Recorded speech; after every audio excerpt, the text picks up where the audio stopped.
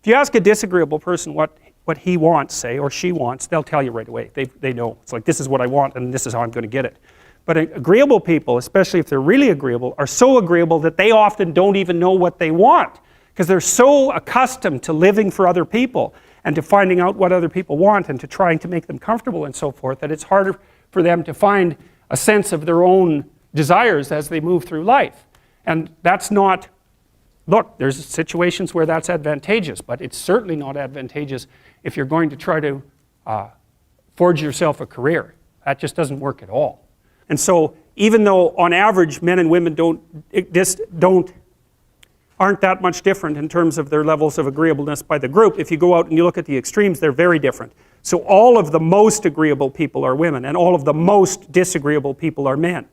And the thing is, the extremes are often what matter rather than what's in the middle. And so one of the ways that's reflected in society, by the way, is there's way more men in prison. And the best personality predictor of being imprisoned is to be low in agreeableness. It makes you callous. Now you might think, well, what's the opposite of compassion and politeness? And the answer to that is, I think it's best sort of conceptualized as a trading game. So let's say that we're going to play repeated trading games. And if you're very agreeable, then you're going to bargain harder on my behalf than you're going to bargain on your own behalf. Whereas if you're very disagreeable, you're going to do the reverse. You're going to think, I'm in this trading game for me, and you're going to take care of your own interests. Where an agreeable person is going to say, no, at best this is, at worst this has to be 50-50, but I'd like to help you every way I can. One of the things you have to be careful of if you're agreeable is not to be exploited, because you'll line up to be exploited. And I think the reason for that is because you're wired to be exploited by infants. And so that just doesn't work so well in that actual world. And one of the things that happens very often in psychotherapy, people come to psychotherapy for multiple reasons, but one of them is they often come because they're too agreeable. And so what they get is so-called assertiveness training, although it's not exactly assertiveness that's being trained. What it is the ability to learn how to negotiate on your own behalf. And one of the things I tell agreeable people, especially if they're conscientious, is say what you think. Tell the truth about what you think. There's going to be things you think that you think are nasty and harsh. And they probably are nasty and harsh.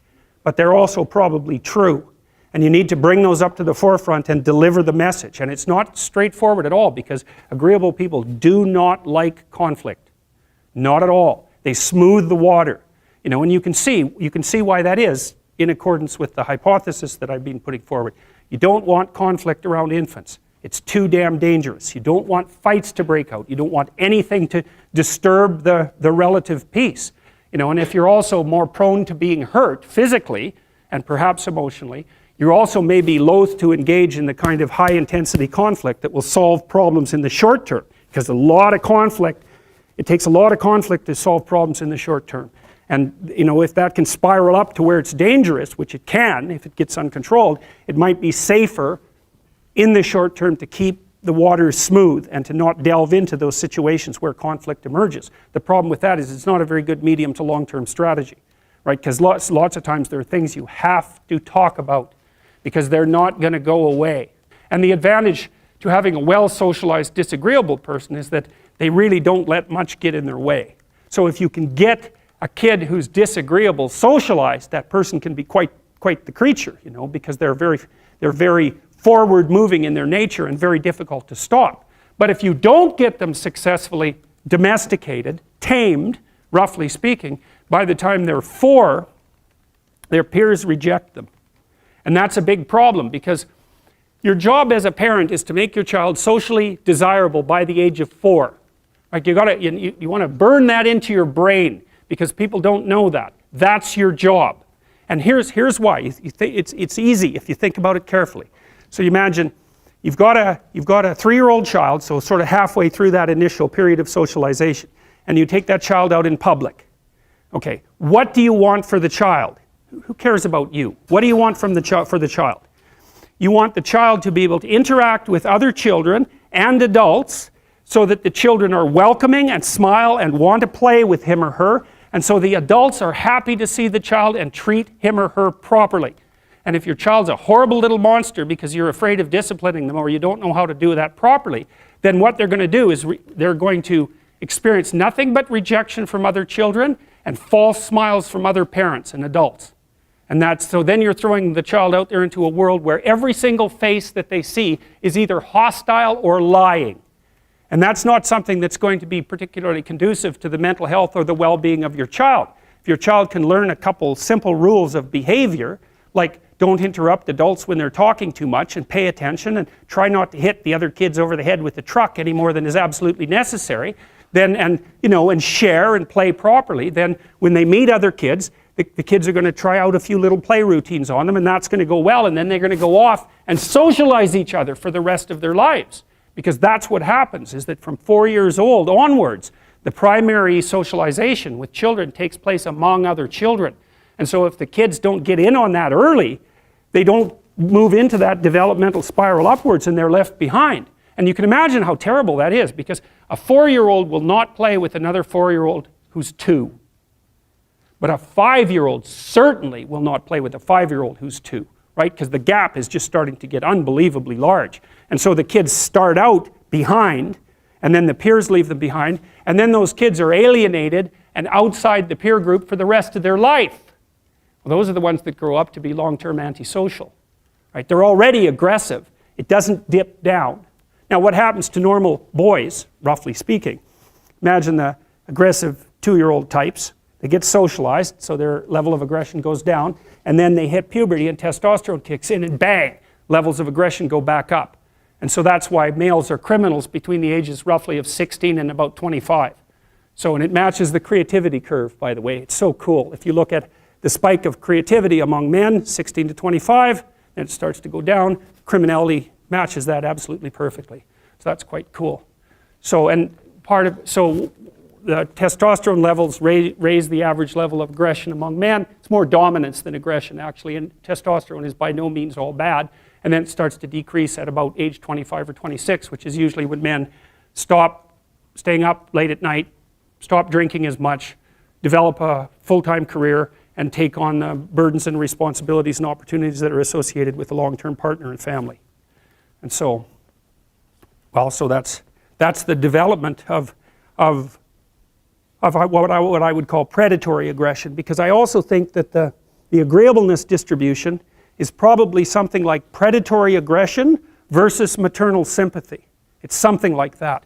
So if you look at other mammals that are predators, because we're predators as well as prey animals, if you look at other animals like bears, the male bear has absolutely nothing to do with the raising of the infants. In fact, the female bears will keep the male the hell away, because he's likely to kill the infants and maybe even to eat them.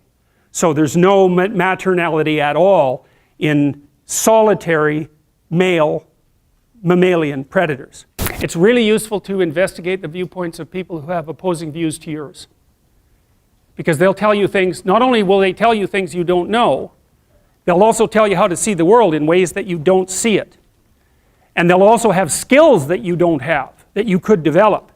So for example, if you're an introverted person, it's very useful to watch an extroverted person, because the extroverted person has ways of being in the social world that aren't natural to you, that you can use to improve your toolkit. And if you're disagreeable, one of the best things to do with disagreeable people, especially if that's alienating them from other people, for example, because it can, people treat you like you're a selfish, arrogant son of a, maybe that's because you are. It's like, okay, so what do you do about that? One of the most promising treatments, let's say, for that is get the person to do something for someone else once a day, just as a practice, and learn how to do it. Maybe you can wake the circuit up, if you think that it's lying dormant in you, which is probably right.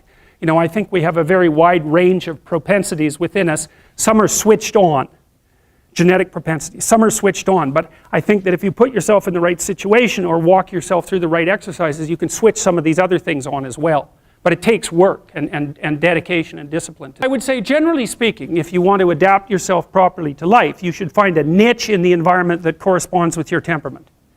Right? You shouldn't work at cross purposes to your temperament, because it's just too damn difficult. But having done that, then you should work on developing the skills and viewpoints that exist in the space opposite to your personality, because that's where you're fundamentally underdeveloped. And that way I think you can extend out your temperamental capability across a wider range. And to me that's roughly equivalent as bringing a richer toolkit to each situation. You know, so if you're hyper extroverted, you should probably learn to shut up at parties now and then and listen just to see what's going on, to see if you can manage it, you know. And if you're introverted, well, then you should learn how to speak in public and to learn how to go to parties without hiding in the corner and saying nothing to anyone. You know, and if you're agreeable, then you need to learn how to be disagreeable so people can't push you around. And if you're disagreeable, you need to learn how to be agreeable so that you're not an evil son of a bitch. So, and the same thing applies even in the conscientious domain. It's like if you're too conscientious, you need to learn to relax and let go a little bit. And if you're unconscientious, it's time like, get out the Google Calendar, man, and start scheduling your day, right? And beat yourself on the back of the head with a stick until you're disciplined enough so that you can actually stick to something for some length of time and not living in absolute squalor, which is something that would characterize someone who's very disorderly, for example, because they don't notice. It doesn't bother them, disorder. It's like, maybe they can see it, but it doesn't have any emotional valence, and so it doesn't have any motivational significance. You know, so the other thing you might want to think about too, if you're choosing a partner, is try not to choose someone who's too distant from you on the temperamental variables, because you're going to have a hard time bridging the gap. You know, it's hard for an introverted person and an extroverted person to coexist. And it's really hard for an orderly person and a disorderly person to coexist because they will drive each other nuts. Why don't you pick up? Why are you so obsessed by it? That's the basic argument, you know. So it's useful to know about your temperament so that you can negotiate the space with your partner as well. And I don't think you should try to find someone who's exactly the same as you, because then you don't have the benefits of the alternative viewpoint. But you got to watch it, because you may hit irreconcilable differences of various sorts. And I've seen that most particularly among couples who are high and low in openness. That's a rough one. And also high and low in conscientiousness. That's another rough one, because they just cannot see how the other person sees the world at all.